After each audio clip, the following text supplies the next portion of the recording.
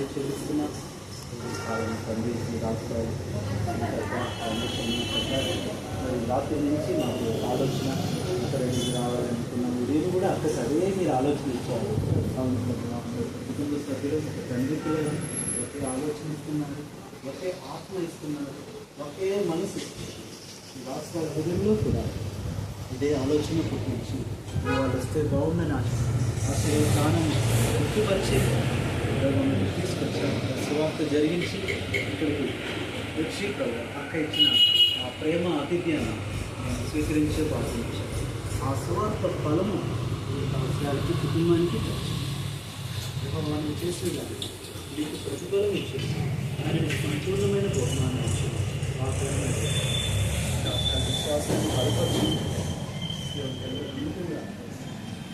ప్రార్థన ఎలక్షన్లో కూడా పెట్టారు.